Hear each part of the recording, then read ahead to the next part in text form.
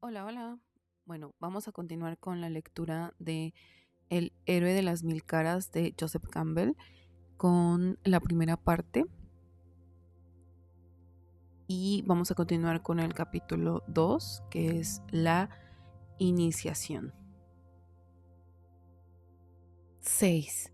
La gracia última. Cuando el príncipe de la isla solitaria hubo permanecido 6 noches y 6 días en el diván de oro, con la reina durmiente de Tuber Tinge, en el diván que descansaban en ruedas de oros que giraba continuamente, el diván giraba de día y de noche sin detenerse nunca. Llegó la mañana séptima y dijo: es tiempo de que yo deje este lugar. De manera que descendió y llenó las 3 botellas con agua de la fuente llameante. Y el escritor cita: compararse con el tambor de la creación en la mano de Dios danzante hindú Shiva Supra, y el verbo se hizo carne, verso del Angelus, que celebra la concepción de Jesús en el vientre de María. En este capítulo se han equiparado los términos siguientes: el vacío, eternidad, nirvana, verdad, iluminación, el Dios, el enemigo, muerte, el rayo, la joya, sujeto, Yab, Yang. Y del otro lado, como del lado contrario, está el mundo, tiempo, samsara, ilusión, compasión, la diosa, el amigo, nacimiento, la campana, el loto, objeto, yum, jing. Y abajo, que lo abarca todo, está el Tao, supremo Buda, Bodhisattva, Jivan, Mukta, el verbo encarnado. Comparar con la Kaushitaki Upanishad, que describe al héroe que ha alcanzado el mundo de Brahma, así como al guiar una carroza de mirra a las ruedas de la carroza. Así mira él hacia el día y a la noche. Así mira los actos buenos y los malos, y hacia todas las parejas de contrarios. Este desprovisto de actos buenos, desprovisto de actos malos, concedor de Dios, va hasta la esencia misma de Dios. Continuamos con la lectura. En la cámara de oro había una mesa de oro y en la mesa una pierna de cordero con una rebanada de pan. Y aunque todos los hombres de Erin comieran en esa mesa 12 meses seguidos, el cordero y el pan tendrían la misma forma que antes. El príncipe se sentó, comió una parte del pan y de la pierna de cordero, y los dejó como los había encontrado. Se levantó, tomó las 3 botellas, las guardó en su bolso, e iba a salir de la cámara cuando se dijo a sí mismo: sería vergonzoso partir sin dejar algo por medio de lo cual la reina sepa quién estuvo aquí mientras ella dormía. Por lo tanto, escribió una carta que decía que el hijo del rey de Erin y de la reina de la isla solitaria había pasado 6 días y 6 noches en la cámara dorada de Tuber Tinge. Había tomado 3 botellas de agua de la fuente flameante y había comido en la mesa de oro. Puso la carta debajo de la almohada de la reina, salió por la ventana abierta, montó en el caballito flaco y feo y cruzó las arboledas y el río sin recibir daño alguno. La facilidad con que esta aventura se lleva a cabo significa que el héroe es un hombre superior, un rey nato. Esa facilidad distingue numerosos cuentos de hadas y leyendas de los dioses encarnados, donde el héroe común habría de afrontar una prueba. El elegido no encuentra obstáculo que lo retrase, ni comete error alguno. La fuente es el ombligo del mundo, su agua flameante. la esencia indestructible de la existencia. La cama que gira continuamente es el eje del mundo. El castillo dormido es el último abismo en el cual la conciencia se sumerge al descender en el sueño, donde la vida individual está a punto de disolverse en energía indiferenciada. Disolverse significa la muerte. Sería la muerte también no encontrar el fuego. El motivo del plato inagotable, derivado de una fantasía infantil, simboliza los perpetuos poderes que conceden la vida y generan las formas derivadas de la fuente universal. Y es el equivalente en el cuento de hadas de la imagen mitológica del banquete con la cornucopia de los dioses.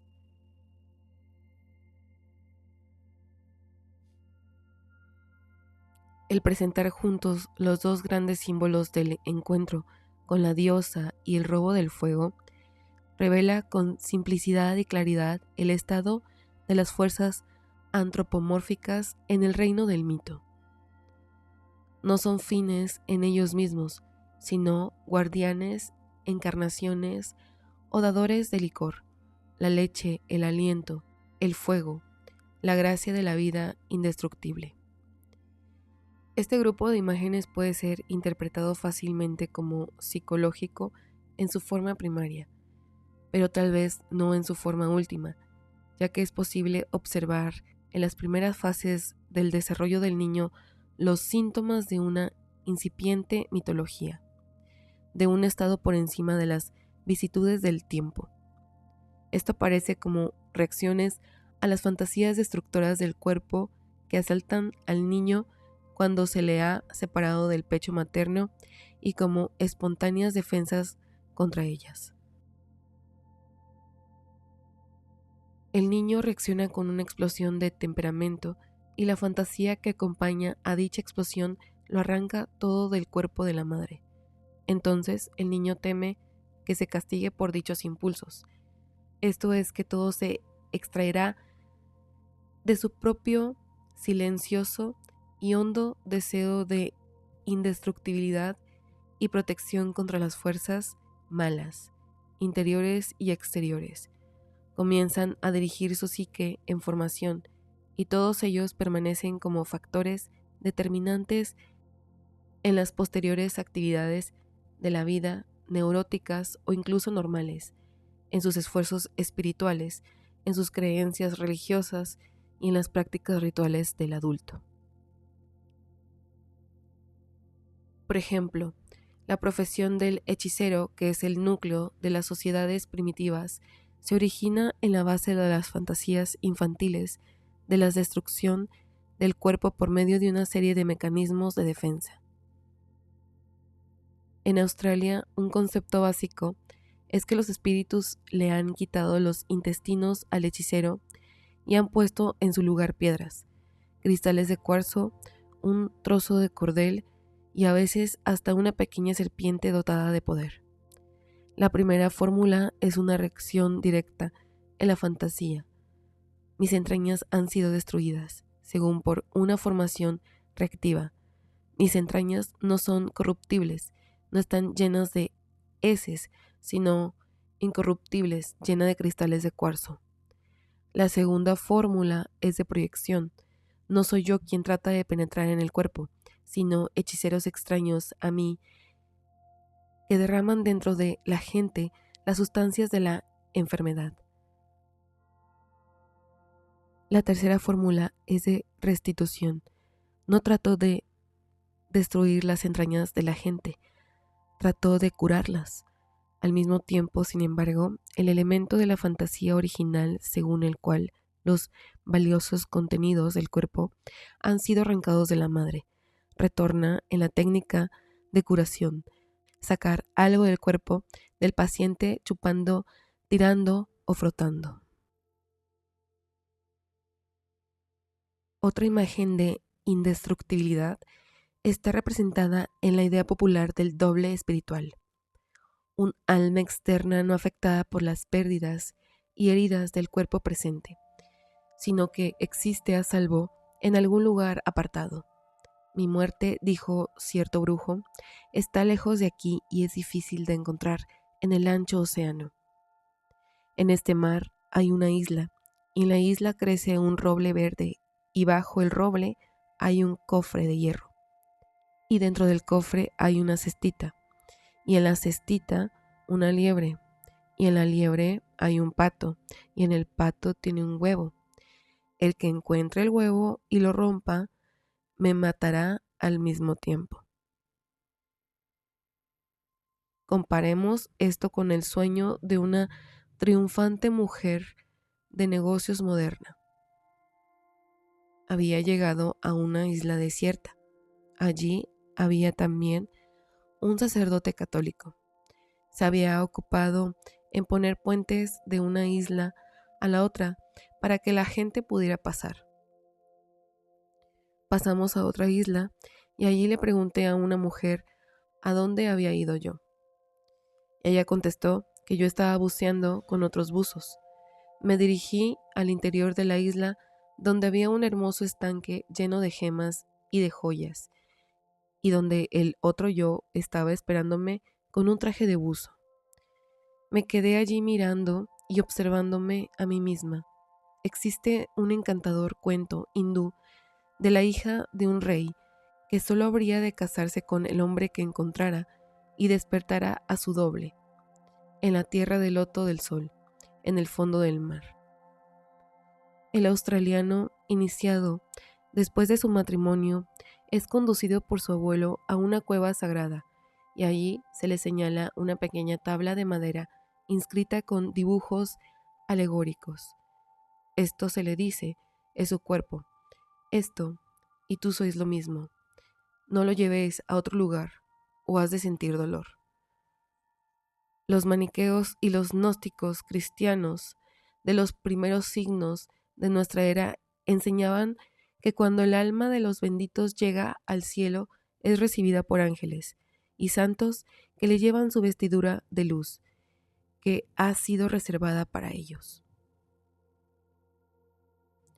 La gracia suprema deseada para el cuerpo indestructible es la ininterrumpida resistencia en el paraíso de la leche que nunca se agota.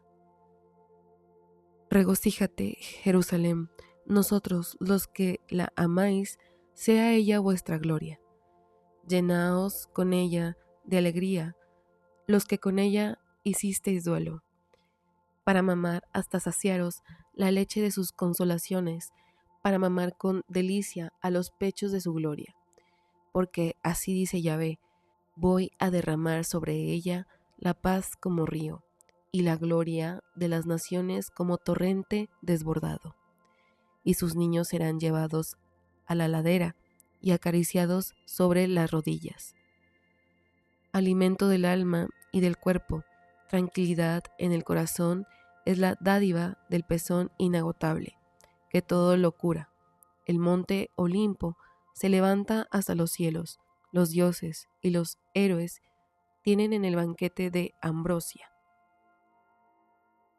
En el salón de la montaña de Wotan, 432,000 héroes consumen la carne que no disminuye de Sachminir, el jabalí cósmico,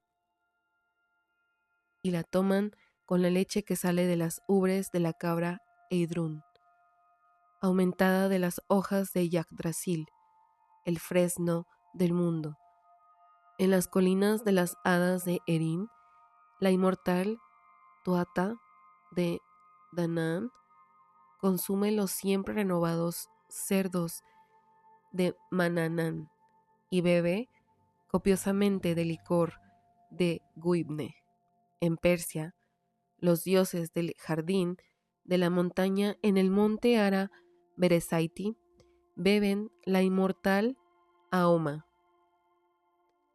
destilada del árbol Gaukerena, el árbol de la vida. Los dioses japoneses beben sake, los polinesios ave, los dioses aztecas beben la sangre de hombres y doncellas.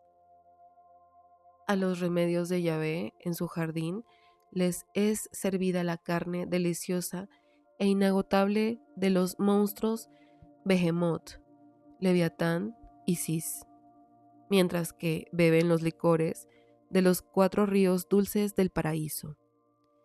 Es obvio que las fantasías infantiles que todavía acariciamos en el inconsciente están continuamente en juego en el mito, en el cuento de hadas y en las enseñanzas de las iglesias como símbolos del ser indestructible.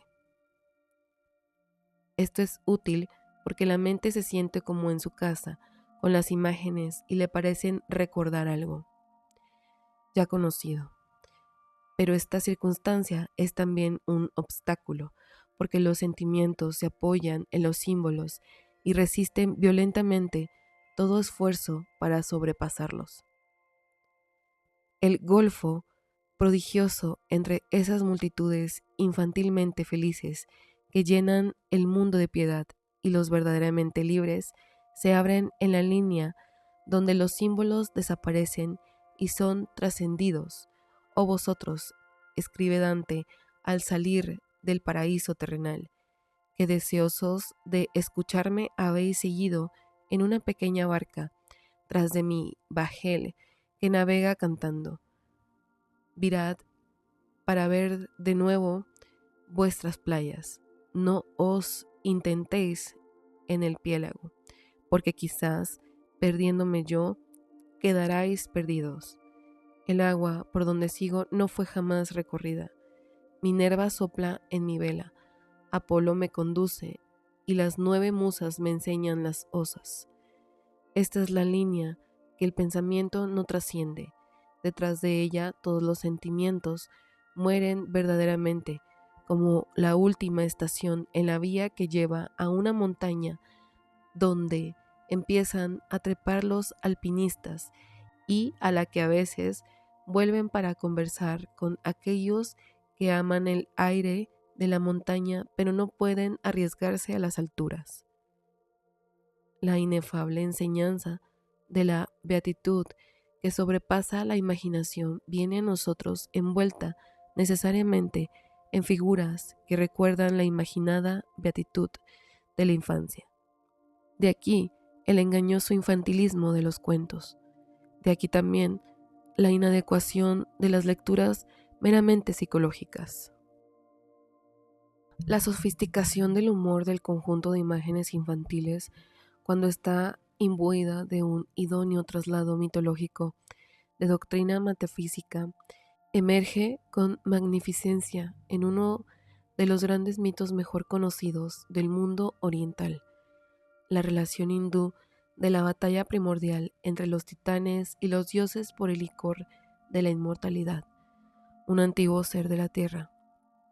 Kashyapa, el hombre tortuga, se había casado con 3 de sus hijas de un patriarca demiúrgico, todavía más antiguo, Daksha, señor de la virtud.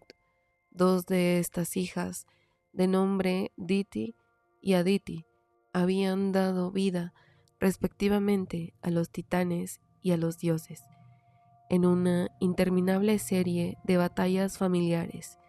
Muchos de estos hijos de Kashyapa fueron muertos, pero después el gran sacerdote de los titanes, por medio de grandes austeridades y meditaciones, ganó el favor de Shiva, Señor del universo.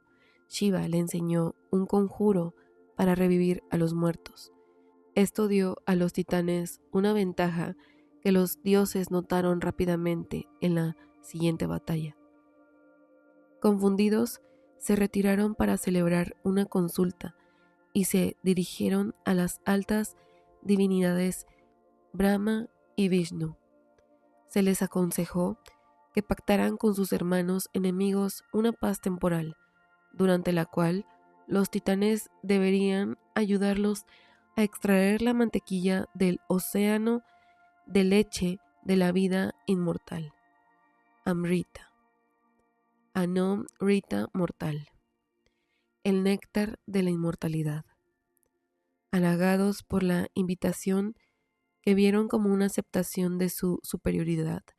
Los titanes participaron encantados, y así empezó la trascendental aventura cooperativa al principio de las 4 edades del ciclo del mundo. El monte Mandara fue seleccionado como batidora. Vasuki, el rey de las serpientes, consistió en convertirse en cuerda para moverla. Vishnu mismo, en forma de tortuga, se echó en el océano de leche para sostener con su espada la base de la montaña. Los dioses tomaron una punta de la serpiente después de haberla atado alrededor de la montaña y los titanes la otra. Juntos batieron durante 1000 años. Lo primero que se levantó de la superficie del mar fue un humo negro y ponzoñoso llamado Kalakuta, cima negra, o sea, la más alta concentración de la fuerza de la muerte. «Bebedme», dijo Kalakuta, y la operación no pudo seguirse hasta encontrar a alguien capaz de hacerlo. Se dirigieron a Shiva, que estaba sentado y aparte con expresión indiferente. Con magnificencia dejó su posición de profunda meditación interior y se acercó a la esencia donde se batía el océano de leche. Puso el líquido de la muerte en una taza, se lo tragó de un golpe y por medio de su fuerza yoga lo retuvo en su garganta. La garganta se le puso azul. Desde entonces, Shiva es llamado Cuello Azul, Nilakanta. Entonces siguieron batiendo y empezaron a salir de las profundidades inagotables formas preciosas de fuerza concentrada. Aparecieron apsarases, ninfas, Lakshmi, la diosa de la fortuna, el caballo blanco, como la leche llamado Uchairabhas, el que relincha fuerte, la perla de las gemas, Kautuba, y otros objetos hasta el número de 13. El último en aparecer fue el diestro médico de los dioses, Dambantari, llevado en su mano la luna, que es la taza del néctar de la vida. De nuevo empezó una gran batalla por la posesión de la valiosa bebida. Uno de los titanes, Rahu, se las arregló para robar un trago, pero fue decapitado antes de que el licor pasara por su garganta. Su cuerpo murió, pero su cabeza permaneció inmortal. Esta cabeza va por los cielos en eterna persecución de la luna, tratando de alcanzarla. Cuando la alcanza, la taza entra por su boca y sale por la garganta. Por esa razón tenemos eclipses de luna. Pero Vishnu, temiendo que los dioses perdieran sus ventajas, se transformó en una hermosa doncella danzarina, y mientras los titanes, que eran sensuales, quedaban enmudecidos de asombro ante los encantos de la joven, ella tomó la taza luna de Amrita, jugó con ellos un momento y repentinamente se la entregó a los dioses. Vishnu se transformó enseguida en un poderoso héroe. Se unió a los dioses en contra de los titanes y los ayudó a perseguir al enemigo hasta los abismos y oscuros cañones del mundo inferior. Ahora los dioses se alimentan de Amrita dentro de sus hermosos palacios en la cima de la montaña central del mundo, el monte Sumeru.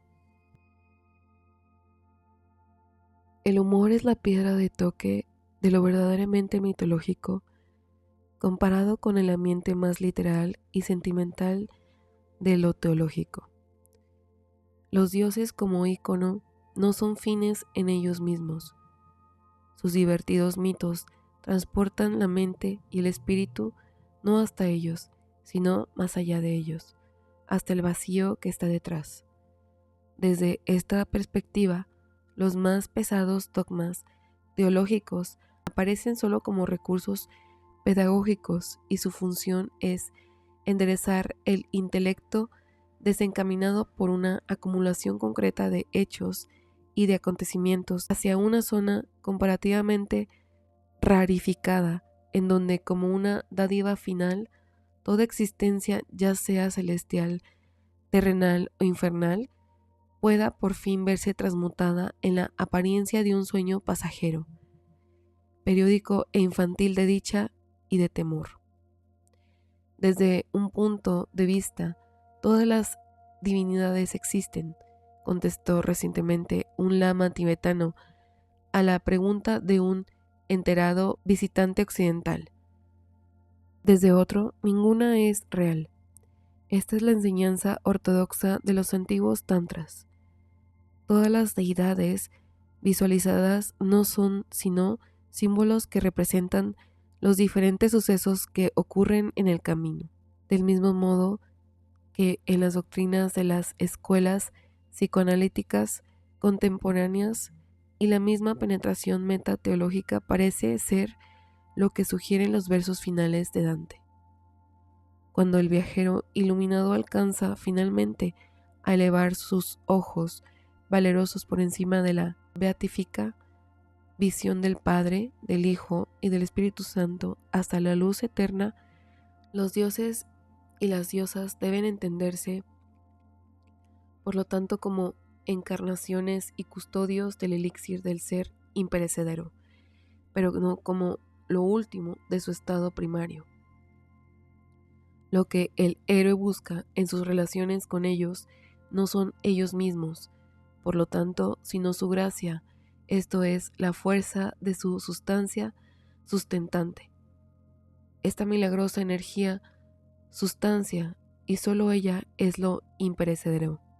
Los nombres y las formas de las deidades que en todas partes la encarnan, la distribuyen y la representan, van y vienen. Esta es la milagrosa energía de los rayos de Zeus, de Yahvé y del Supremo Buda. La fertilidad de la lluvia de Viracocha, la virtud anunciada por la campana que se hace sonar en la misa en el momento de la consagración, y la luz de la iluminación última del santo y del sabio. Sus guardianes se atreven a entregarla solamente a aquellos que han sido debidamente probados, pero los dioses pueden ser demasiado severos o demasiado cautelosos, y entonces el héroe tiene que apoderarse de su tesoro con engaños. Ese fue el problema de Prometeo. Cuando se comportan en esta forma, hasta los dioses más altos aparecen como ogros malignos que atesoran la vida, y el héroe que los engaña, los mata o los apacigua es honrado como el salvador del mundo. Mao de Polinesia luchó contra Mau Ika, el guardián del fuego, con la intención de despojarlo de su tesoro y de devolverlo a la especie humana. Maui se dirigió sin vacilaciones al gigante Maui-Ka y le dijo: limpia la maleza de este campo lleno que poseemos para que podamos luchar juntos con una rivalidad amistosa. Debe aclararse que Maui era un gran héroe y además un maestro en estratagemas. Maui-Ka preguntó qué clase de proezas y emulaciones han de ser. La hazaña de lanzamiento hacia arriba, contestó Maui. Maui-Ka estuvo de acuerdo. Luego Maui preguntó: ¿quién ha de empezar? Maui-Ka contestó: yo.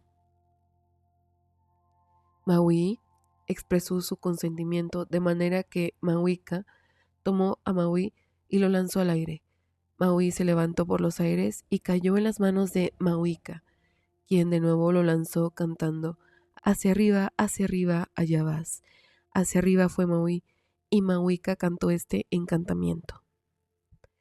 Arriba hasta el primer nivel, arriba hasta el segundo nivel, arriba hasta el tercer nivel, arriba hasta el cuarto nivel, arriba hasta el quinto nivel, arriba hasta el sexto nivel, arriba hasta el 7º nivel, arriba hasta el 8º nivel, arriba hasta el 9º nivel, arriba hasta el 10º nivel. Maui se revolvió en los aires, empezó a bajar y cayó junto a Mawika. Entonces dijo: «Tú eres el único que se divierte». «Por supuesto», exclamó Mawika. «¿Te imaginas que eres capaz de lanzar al aire una ballena?» «Puedo probar», contestó Maui. Así pues, Maui tomó a Mawika y lo lanzó cantando: «Hacia arriba, allá vas». Mawika salió volando y Maui cantó este hechizo: «Arriba hasta el 1er nivel, arriba hasta el 2º nivel, arriba hasta el 3er nivel, arriba hasta el 4º nivel, arriba hasta el 5º nivel, arriba hasta el 6º nivel, arriba hasta el 7º nivel, arriba hasta el 8º nivel, arriba hasta el 9º nivel, arriba hasta lo más alto del aire». Mawika se revolvió en el aire y empezó a caer. Cuando casi había llegado al suelo, Maui dijo estas palabras mágicas: «Que ese hombre de ahí arriba caiga de cabeza». Mawika cayó, el suelo se le clavó completamente en el cuerpo. Así Mawika murió. Inmediatamente el héroe Maui tomó la cabeza del gigante Mawika y la cortó. Entonces se hizo poseedor del tesoro de la llama que entregó al mundo. La fábula más grandiosa de la búsqueda del elixir en Mesopotamia es la tradición prebíblica de Gilgamesh, un rey legendario de la ciudad sumeria de Erech, que fue a buscar la planta de la inmortalidad llamada Nunca Envejece.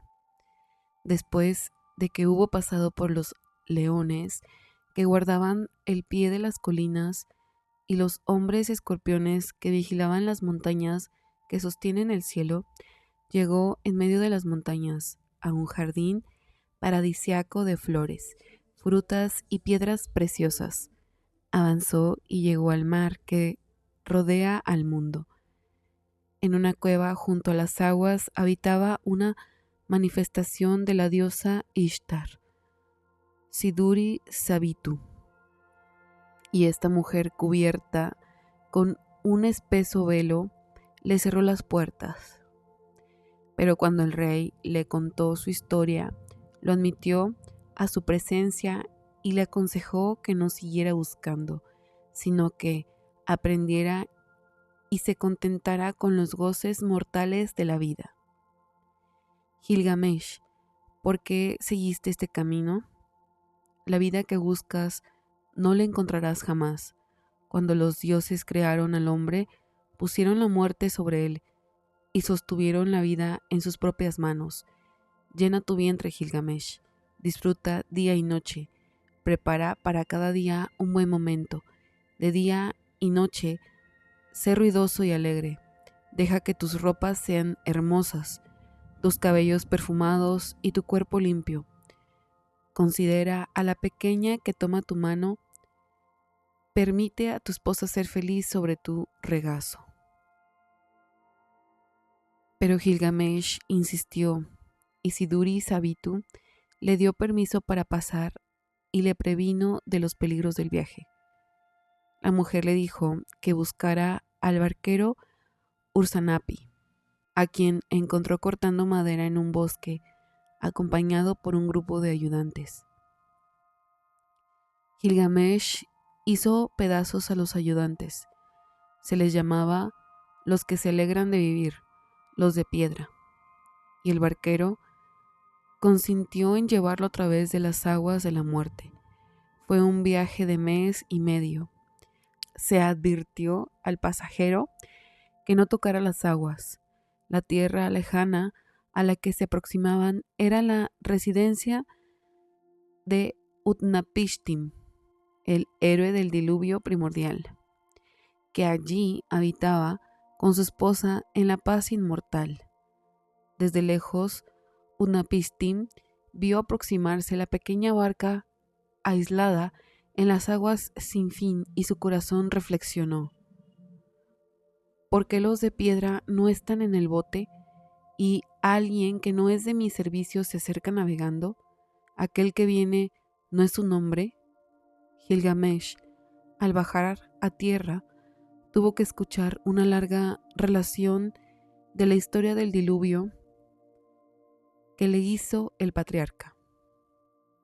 Luego, Utnapishtim invitó a dormir a su visitante y éste durmió 6 días.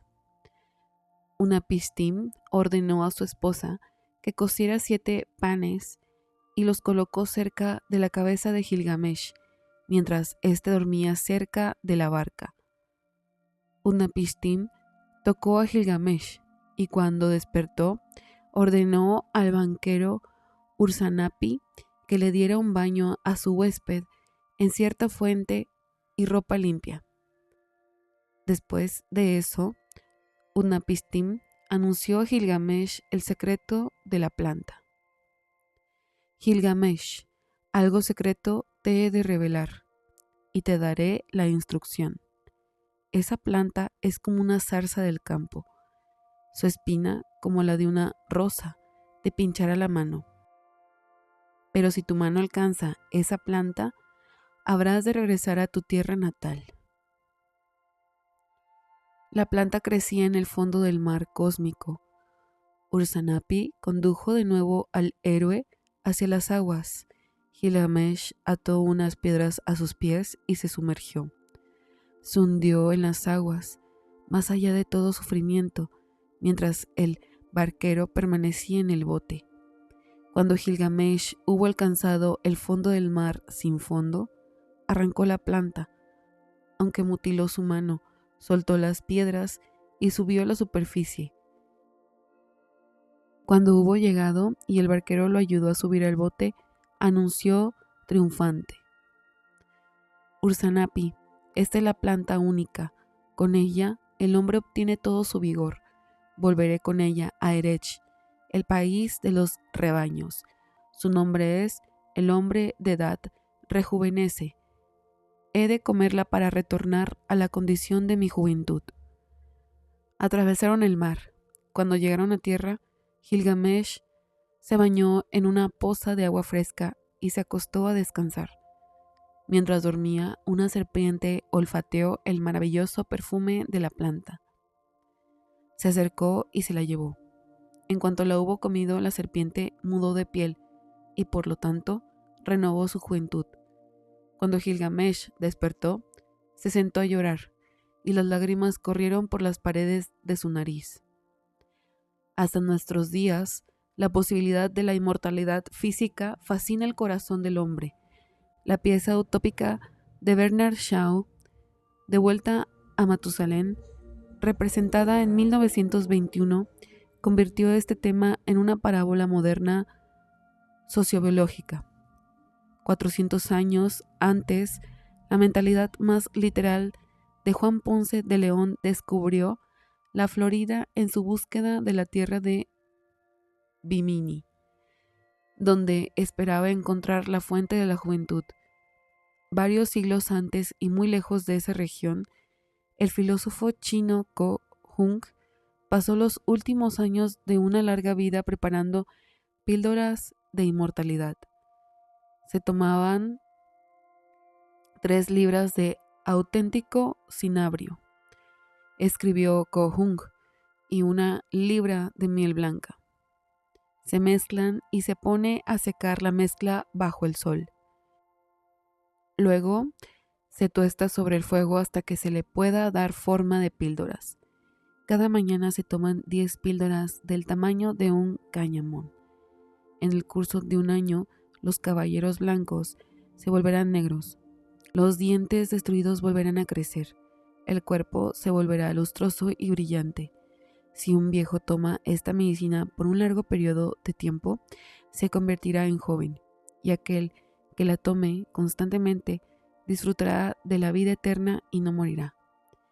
Un día, un amigo llegó a visitar al solitario investigador y filósofo, pero todo lo que encontró fueron las ropas vacías de Ko Hung. El viejo había desaparecido. Había pasado al reino de los inmortales. La búsqueda de la inmortalidad física nace de un malentendimiento de las enseñanzas tradicionales. Por lo contrario, el problema básico es este: ampliar la pupila del ojo para que el cuerpo, con la personalidad que lo acompaña, no obstruya la vista. La inmortalidad se experimenta entonces como un hecho presente. Está aquí, está aquí. Todas las cosas devienen, se elevan y regresan. Las plantas florecen, pero solo para volver a la raíz. El volver a la raíz es como la búsqueda de la tranquilidad. La búsqueda de la tranquilidad es como un movimiento hacia el destino. Moverse hacia el destino es como la eternidad. Reconocer la eternidad es la iluminación, y no reconocerla trae el desorden y el mal. El conocimiento de la eternidad hace al hombre comprensivo, y la comprensión amplía su mente. La amplitud de visión trae nobleza, y la nobleza es como el cielo. Lo celeste es Tao. Tao es lo eterno. No ha de temerse la decadencia del cuerpo. Los japoneses tienen un proverbio: los dioses solo ríen cuando los hombres les piden riquezas. La dádiva entregada al suplicante siempre está proporcionada a su propia estatura y a la naturaleza de sus deseos dominantes. La dádiva es sencillamente un símbolo de la energía vital reducida a las condiciones de cierto caso específico. La ironía, por supuesto, está en el hecho de que, en tanto que el héroe que ha ganado el favor del dios puede pedir la dádiva de la iluminación perfecta, lo que generalmente busca son más años de vida, armas para asesinar a su vecino y salud para su hijo. Los griegos hablaban del rey Midas, que tuvo la suerte de obtener de Baco la oferta de la dádiva más deseada.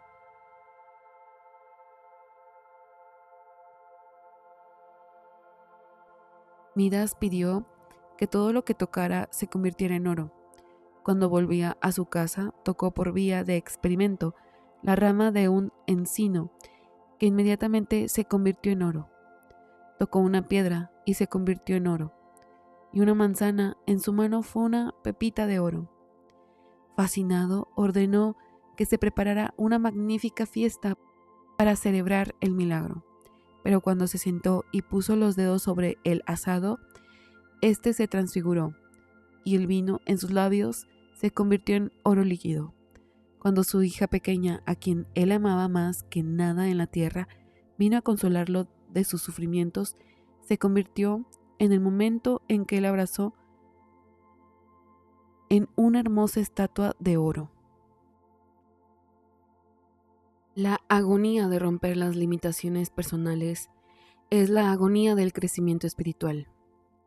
El arte, la literatura, el mito y el culto, la filosofía y las disciplinas ascéticas son instrumentos que ayudan al individuo a pasar de sus horizontes limitados a esferas de realización siempre creciente.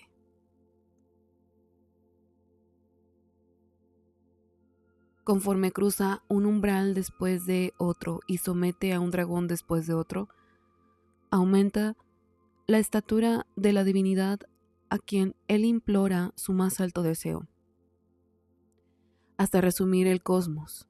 Finalmente, la mente rompe la esfera limitadora del cosmos hacia una realización que trasciende todas las experiencias de la forma, todos los simbolismos, todas las divinidades, la apreciación del inevitable vacío. Así, cuando Dante había dado el último paso en su aventura espiritual y llegó a la última visión simbólica del Dios uno y trino en la rosa celestial, le quedaba por experimentar una iluminación más, por encima de las formas del Padre, del Hijo y del Espíritu Santo. Bernardo, sonriéndose, me indicaba que mirase hacia arriba, pero yo había hecho ya por mí mismo lo que él quería, porque mi vista, adquiriendo más y más pureza y claridad, penetraba gradualmente en la alta luz que tiene en sí misma la verdad de su existencia.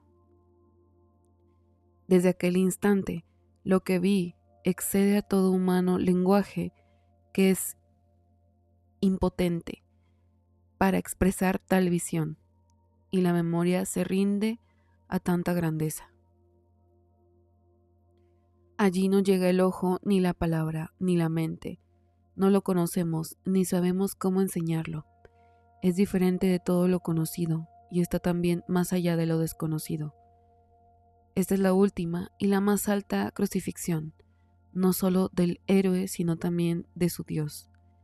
Aquí tanto el Padre como el Hijo son aniquilados como si fueran unas máscaras personales sobre lo que no tiene nombre, porque así como los fragmentos de un sueño derivan de la energía vital del que los sueña y representan partes fluidas y complicaciones de una sola fuerza, así todas las formas de todos los mundos, terrestres o divinos, reflejan la fuerza universal de un solo misterio inescrutable, la fuerza que construye el átomo y controla las órbitas de todas las estrellas. Esa fuente de vida es el corazón del individuo, y dentro de sí mismo ha de encontrarla. Si puede romper las capas que la cubren, la divinidad germánica, pagana, Odín, Wotan, dio un ojo para abrir el velo de la luz hasta el conocimiento de esta infinita oscuridad, y luego sufrió por ella la pasión de una crucifixión. Pensé que colgaba de un árbol en el viento, que colgaba ahí por 9 noches. Con una lanza estaba herido y me habían ofrecido a Odín, mi persona, a mí mismo, en el árbol del que nadie sabrá por encima de qué raíz crece. La victoria del Buda bajo el árbol Bo es el clásico ejemplo oriental de este hecho. Con la espada de su mente rompió la burbuja del universo y la convirtió en nada. El mundo entero de la experiencia natural, así como los continentes, los cielos y los infiernos de las creencias tradicionales religiosas, estalló con los dioses y sus demonios. Pero el milagro de los milagros fue que, aunque todo reventó, todo fue sin embargo renovado, revivificado y glorificado con el brillo del verdadero ser. Los dioses de los cielos, redimidos, levantaron sus voces y aclamaron armoniosamente al hombre héroe que había penetrado por encima de ellos al vacío que era su vida y su fuente. Banderas y pendones fueron erigidos en el filo del este del mundo y flotaron hasta el borde del oeste del mundo. De la misma manera anotaron los que estaban en el borde del oeste hasta el filo del este, y aquellos erigidos en el borde del norte del mundo flotaron hasta el filo del sur del mundo, mientras que aquellos que estaban en el borde del sur llegaron al filo del norte, mientras que aquellos que estaban al nivel de la tierra flotaron hasta alcanzar el mundo del Brahma, y los que estaban en el mundo de Brahma colgaron hasta llegar al nivel de la tierra. A través de los 10.000 mundos, los árboles florecieron. Los árboles frutales se inclinaron bajo el peso de sus frutos. Lotos florecieron en los troncos de los árboles, y lotos en las ramas de los árboles, lotos en las enredaderas. Lotos colgaban de los cielos, y plantas de lotos salieron de las rocas en grupos de 7. El sistema de los 10.000 mundos era como un ramo de flores que giraba por el aire, o como una gruesa alfombra de flores. En los espacios entre los mundos, los infiernos de 8.000 lenguas que no habían podido ser iluminados antes ni siquiera por la luz de 7 soles, estaban ahora inundados de fulgor. El océano de 84.000 lenguas de profundidad se volvió dulce al gusto. Los ríos detuvieron sus corrientes. Los ciegos de nacimiento recibieron la vista. Los sordos de nacimiento el don del oído, los inválidos de nacimiento el uso de sus miembros, y las cadenas y los grilletes de los cautivos se rompieron y cayeron al suelo.